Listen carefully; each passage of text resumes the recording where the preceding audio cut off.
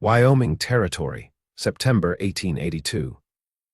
The wind was dry and mean that day, whispering through the ash of what used to be a farmhouse, and that was where Dallas Porter found her. He had taken the South Trail out of Rawlins, heading nowhere in particular, just needing the silence of the land after a summer working cattle for a man he did not respect. The sky was wide and cloudless, the kind of blue that made a man feel small. But what stopped him dead wasn't the sky. It was the girl. She stood alone in the blackened ruin of a homestead, her dress torn at the shoulder, hair wild as a storm.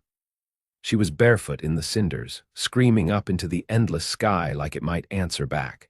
Her voice cracked on the wind. "He deserved to burn," she shouted, hands clenched at her sides. "He deserved it."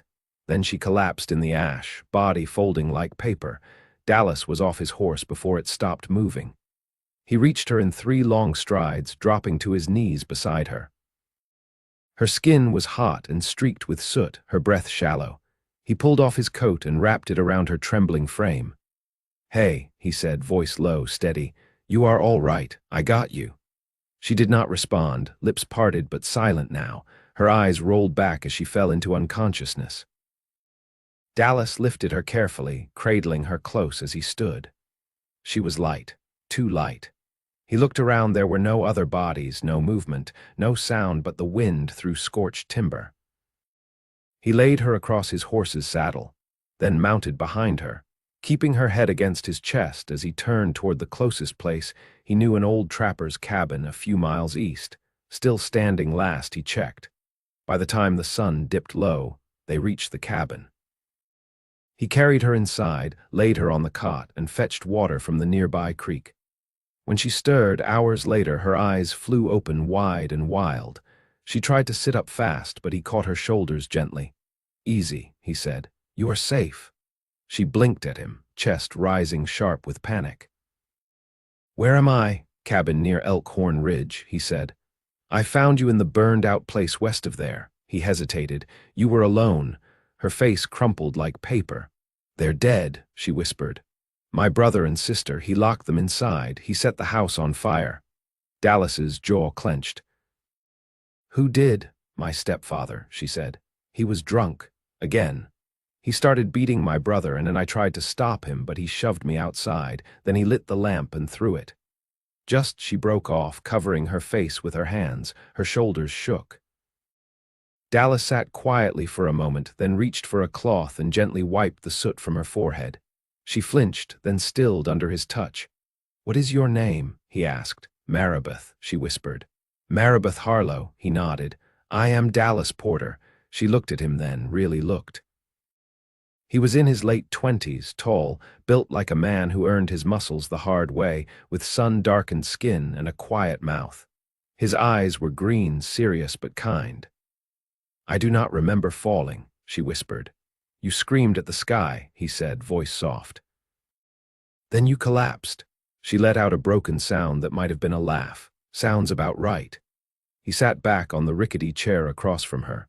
"You want some water?" She nodded.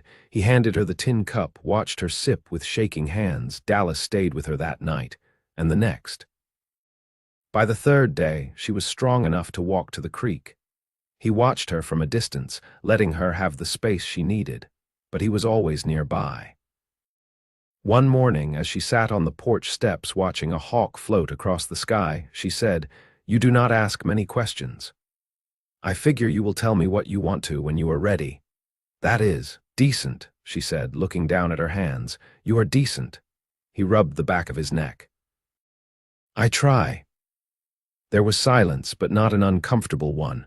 The kind that settles between two people who have stopped pretending. Later that week, she asked, "Why were you riding out that way?" "Looking for quiet," he answered. "Somewhere nobody needed anything from me for a while." She turned her head toward him. "Did you find it?" "I found you." She looked away fast, cheeks coloring. "You do not even know me." "I know you fought like hell to save your kin. I know you survived something awful." "That tells me a lot." She swallowed hard. "I do not feel strong." "You do not have to," he said. "You just have to keep going." They stayed at the cabin for nearly 2 weeks. Dallas hunted and brought back rabbits, cleaned them by the creek. Maribeth started cooking again, moving quieter, steadier. Sometimes she would hum under her breath while stirring the pot. Sometimes she would catch him watching and turn away quickly, but not before he saw the ghost of a smile. One night after dinner she asked, "What are you going to do after this?" He looked at her across the firelight. "Had not thought that far." "I do not have anyone left," she said. "No reason to go back to that land." He hesitated.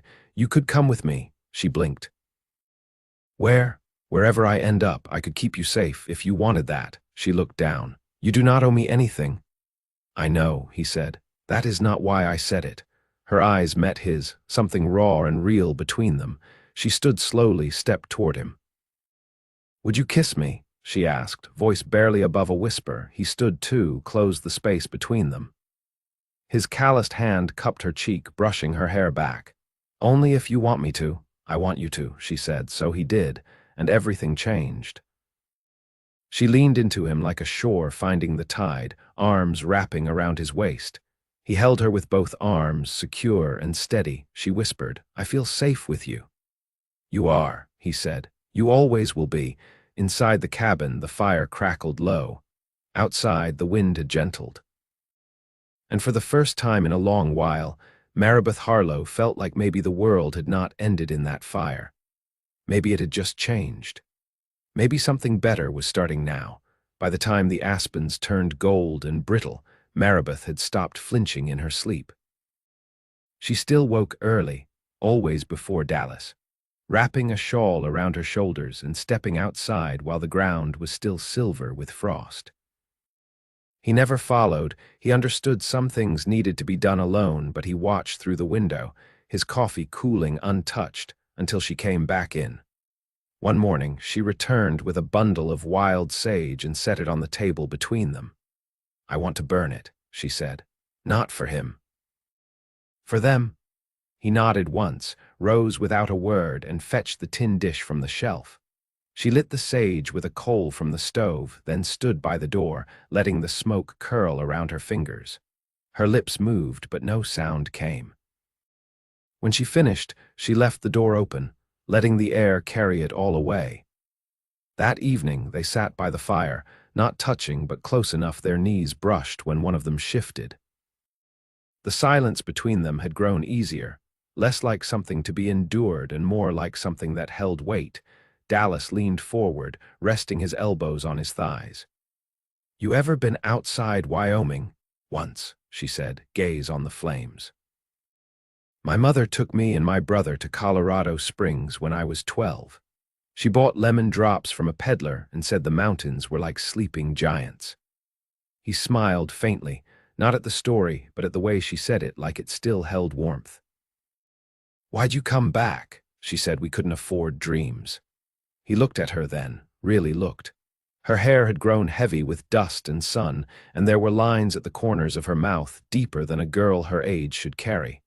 But there was something new in her eyes. Less drift, more direction. "You ever think about leaving again?" he asked. She didn't answer right away, her fingers twisted in her lap. "I do now." He let it hang there, unsure if she meant alone or with him. He didn't press. He'd learned not to ask for more than she was ready to give. The next day, Maribeth started tending to the cabin like it might belong to her. She patched the window where the wind got in and scrubbed soot off the hearthstone with a rag and creek water. She didn't ask permission. She just did it. Dallas came back from checking the trap line to find a pair of his socks stitched at the toe and hung to dry above the stove. When he stepped inside, she looked up from the corner where she was mending the quilt.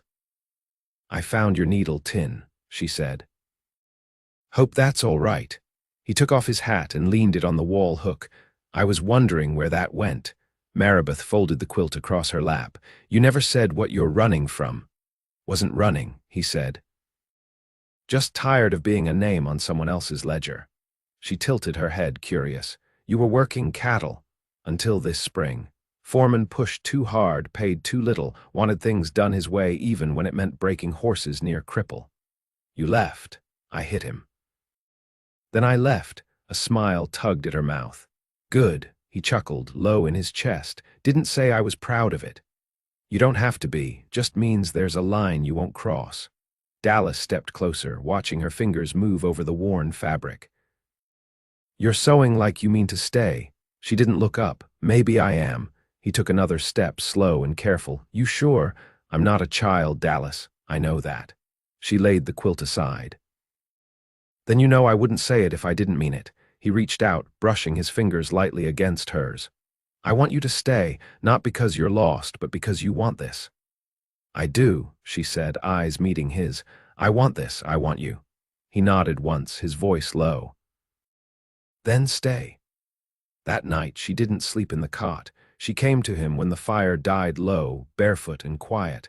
He lifted the blanket without a word, and she slid beneath it, her back to his chest, his arm settling around her middle. They lay like that until the first blue light of morning. Neither spoke, but it was understood. The next day Dallas rode into Rawlins for supplies. When he returned, he brought back flour, coffee, a length of calico, and a second saddle. Maribeth stood on the porch when he rode up. What's the second one for? He dismounted, handed her the reins. Thought we might ride out together next time. She ran a thumb over the worn leather. You're sure? I'm sure. She nodded, then leaned into his chest, her arms around his waist. He held her steady, and the world felt less like something to survive and more like something they might build. From the ridge behind the cabin, the aspens swayed like they were whispering secrets, and the wind no longer carried smoke. By the end of October, frost clung to the cabin roof like old lace, and the mornings came breathless and white. Dallas had taken to lighting the stove before sunrise, so the room would be warm when Maribeth rose. She never mentioned it, but when she set his plate down each morning, there was a softness in her eyes he hadn't seen before. She finished sewing a second shirt from the calico he'd brought, then started on a new dress that hung better on her frame. The fabric still held the scent of the dry goods store, a faint mix of pine and pipe tobacco. One afternoon, as Dallas returned from checking the east edge of the trapline, he found her kneeling in the soil near the western wall of the cabin, her hands raw from pulling up rocks. He crouched beside her. What are you building? A root cellar, she said, brushing dirt from her forehead. Ground stays warmer, we'll lose less come winter. Ambitious, he said, not without admiration. She nodded. I'm not planning on leaving. He reached for a stone, helped her shift it aside without another word. They worked until dusk, hands scraped and shoulders aching. Later, while she soaked her feet near the fire, Dallas carved a length of cedar into a spoon. His hands moved slow and sure, a habit formed long before her, but now it felt like he was making something that belonged in this place with her. She glanced at the wood in his hand. You always do that, when I've got time to sit, he said. Keeps my fingers honest. Will you teach me? He handed her the finished spoon. You'll need this one first. Can't eat stew with just good intentions. The corners of her mouth lifted, and she turned the spoon over in her palm like it was something precious. That night, snow began to fall thin and quiet. The world turned pale under the moon, and the cabin's windows fogged with warmth. They lay close, her head tucked beneath his chin, her fingers tracing the curve of his wrist. Do you think it's wrong? She asked, voice muffled against his collarbone, to feel peace when there's so much I've lost. He didn't answer right away. The fire hissed softly as a log shifted. No, he said, I think it means you've survived. Her hand stilled. Sometimes I wonder what my mother would say, if she'd be ashamed that I stayed with a man like that. Dallas shifted so they were eye to eye. She'd be proud you made it out. That you didn't let what he did be the end of your story. Her eyes searched his face. You really believe that? I do. She leaned forward, resting her forehead against his. I want to believe it too. You will, he whispered. In time, in the weeks that followed, they built a pattern. Dallas hunted while Maribeth gathered what wild herbs still clung to life near the creek bed. She found bundles of rose hips and yarrow, dried them carefully, and lined the shelves he'd built into the cabin wall. One morning, She returned with a bundle of rabbit pelts, her cheeks red from the cold. "I met a man down by the bend," she said, untying her shawl. "Older, said his name was Silas, traps along the river, offered to trade beaver for salt." Dallas set aside the bucket he'd been mending. "You trade him?" "Not yet." "Said I'd ask you." "We don't need much," he said, "but we've got extra beans. Then I'll ride down tomorrow." He studied her, the way she stood square in her boots, chin lifted. "You want me to come? I can handle a trade," she said, then added, "but I wouldn't mind the company." They rode out the next morning, frost crunching under the horses' hooves. Silas was waiting near the bend, thick-bearded and wrapped in layers of fur. He tipped his hat to Maribeth, then eyed Dallas with the wary respect of men who'd known hard winters. The trade was fair. Maribeth bartered 3 bundles of dried beans and a small sack of salt for a pair of good beaver pelts and a jar of rendered fat. Afterward, Silas offered them coffee over a fire built low behind a windbreak of scrub pine. As they warmed their hands, Silas asked, "You two married?" Dallas glanced at Maribeth. She answered first. "No," Silas nodded slowly. "Might think on it. World's getting colder. Better to face it with someone who's already seen you tired and hungry." Maribeth didn't answer, but her hand found Dallas's beneath the blanket, fingers curling around his. They rode home in silence, the sky bruised with early dusk. At the cabin door, Dallas tied off the horses while Maribeth carried the pelts inside. When he stepped in, she was waiting, arms crossed, her expression unreadable. "I've been thinking about what he said." Dallas pulled off his gloves. "So have I." She took a step closer. "I don't need a preacher to tell me what I already know." He closed the space between them. "Tell me anyway. I want to stay with you, not just through winter, for good." He rested his forehead against hers. "Then we'll make it so." No more words were needed. They didn't marry in a church or sign papers in town. But Dallas carved 2 rings from juniper, and they exchanged them by the fire, hands joined, eyes steady. Outside, the wind rose against the cabin walls, but inside, everything held. Everything warmed. They built their life quiet and strong, one moment at a time. And the girl who once screamed at the sky learned to sing under it instead. By late November, the land around Elkhorn Ridge had turned to silence.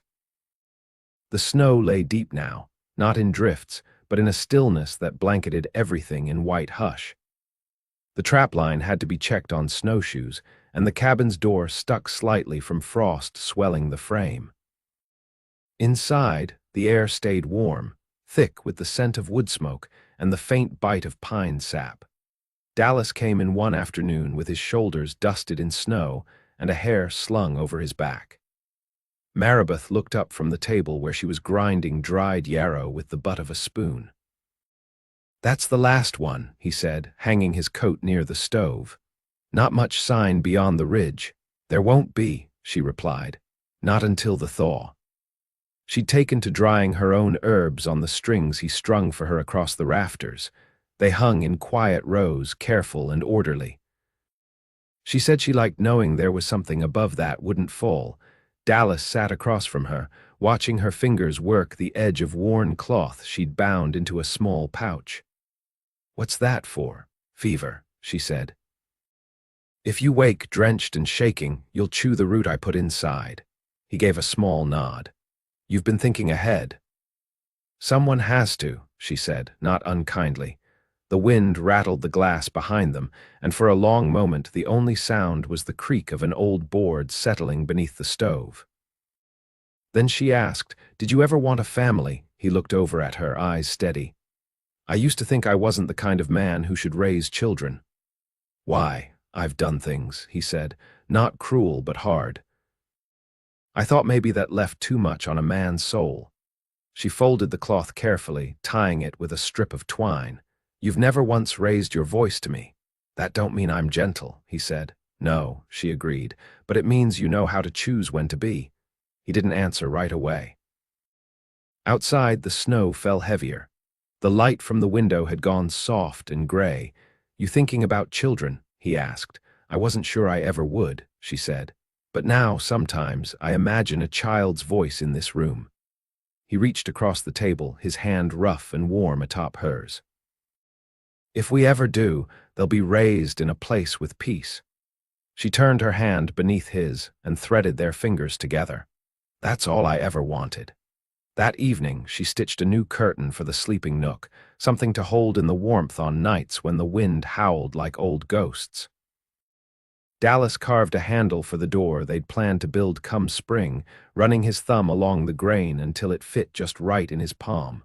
While she stirred the soup, he asked, "What was your sister's name?" She answered without hesitation.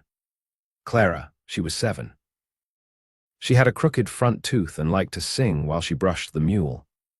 And your brother, Louis. He just turned 10.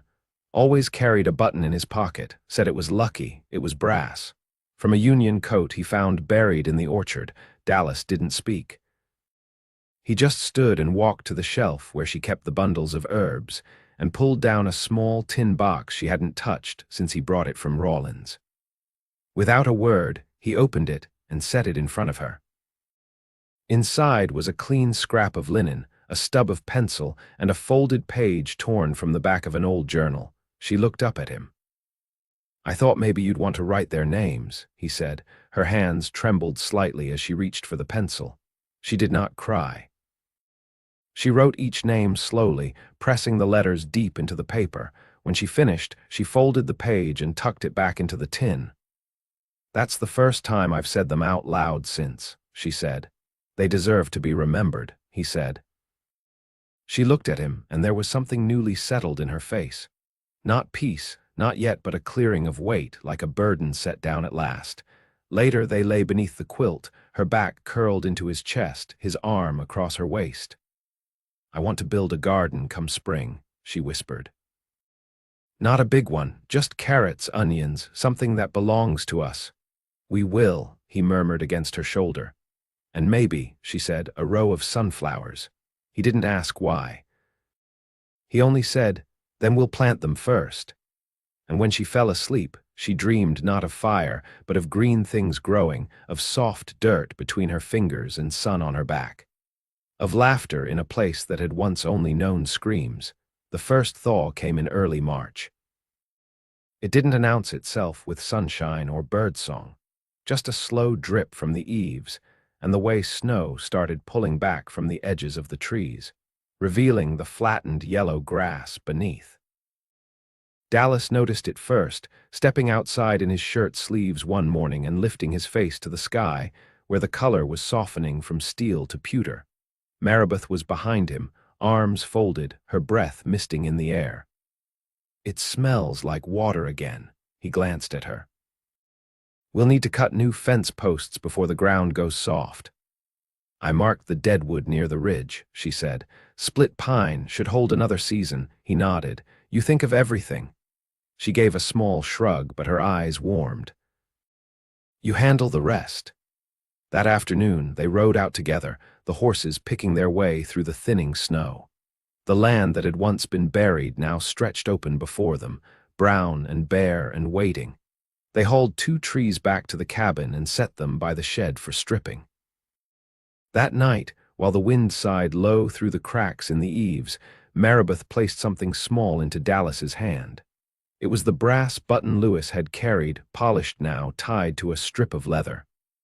"I went back to the ashes after the snow started," she said. "Just once. Found this near the hearthstone." He turned it over in his palm. "You kept it quiet. It felt like something I needed to carry first, but I want you to wear it now, if you don't mind." He looped it around his neck, tucking it beneath his shirt without letting go of her gaze. "Thank you." The days grew longer. Snow gave way to mud, and then to the dull gold of early spring. Maribeth planted onion sets along the southern wall, the soil still cold but pliable. Dallas built a gate for the pen they'd cleared near the trees, where they meant to raise 2 goats if they could find them come summer. One morning she brought him a folded paper, her handwriting cramped and careful. "I wrote to the land office in Laramie," she said, "about filing a claim." The homestead law says I can take up to 160 acres. You've already improved it with the cabin. He took the letter. You're going to put the land in your name, in ours, she said, if you'll sign it with me. He didn't answer right away. He set the paper down and reached for her hand, pulling her gently into his lap. I never thought about owning land. You've been building it, she said. Whether you meant to or not, he kissed her temple. Then I'll make it ours. They rode to Laramie in April. The journey took 2 days, the trail soft and rutted with melt. Maribeth wore the new dress she'd sewn from muslin Dallas had traded for in Rawlins. He wore his best shirt, still marked at the collar from years of honest work. At the clerk's desk, they signed their names side by side. The man behind the counter squinted at the paper, then looked up. You two married, Dallas nodded. By choice and by vow. Well, the clerk said, that's enough for this office. They stayed the night in town, sharing a room above the dry goods store, the windows rattling with a passing windstorm. In the dark, she lay with her head on his chest, listening to his heartbeat. You ever think we'd end up like this? She asked. No, he said, but I hoped we might. She smiled against his skin. I think I'd like to get a dog. His chest rose with a laugh. That's the first thing you'd add to this life. Dogs don't ask for much. Just food and a place to belong. He kissed her hair. Sounds familiar. By summer, the cabin had doubled in size. Dallas built a second room with hand-felled logs and a window that opened toward the creek. Maribeth filled the shelves with jars of pickled onions and dried rose hips. They bartered for goats and chickens from a traveling peddler who passed through with a wagon full of dented kettles and sourdough starter wrapped in waxed cloth. They made a table long enough for guests, though they rarely had any. Silas rode up once, bringing 2 smoked trout and a length of linen. Your woman said she'd trade eggs, he said to Dallas. I'm just here to hold up my end. Maribeth invited him in, and he sat awkwardly at the new table, drinking coffee thick enough to stand a spoon in. When he left, he tipped his hat and said, You two are about the only sensible thing I've seen built out here in years. In the fall, they planted a second garden, larger now, with rows spaced by string and marked with carved stakes. Maribeth kneeled in the dirt, her hands firm and sure, while Dallas hauled water from the creek in buckets. Their days passed in sweat and laughter, in quiet meals and soft evenings watching the sun stretch long over the ridge. One morning, she pressed his hand to the soft curve of her belly and whispered, There's another heartbeat now. He wrapped his arms around her, burying his face in her hair. You sure? I've never been surer. He didn't speak, just held her, the weight of the world shifting again beneath their feet, this time in joy. They built a cradle from pine. She carved a sun into the headboard, and Dallas lined it with wool he'd traded for in town. The child came in the spring, a boy with her eyes and his quiet mouth. They named him Elias. When he cried in the night, Maribeth would hum to him until he settled, and Dallas would stand by the window, watching the stars shift overhead, a warm bundle of life in the crook of his arm. Years passed. The land turned green, then gold, then white, then green again. The garden grew. The goats multiplied. Elias learned to walk between the rows of sunflowers Maribeth had planted along the south side of the house, their heads bobbing in the wind like sentinels. Dallas built a bench beneath the cottonwood, and in the evenings they sat there together, watching their son chase the chickens. Do you still feel restless? She asked once. He turned to her, brushing a curl from her cheek. No. You're where I was always meant to stop. She took his hand in hers, their fingers lined with calluses and years. Then we made it, didn't we?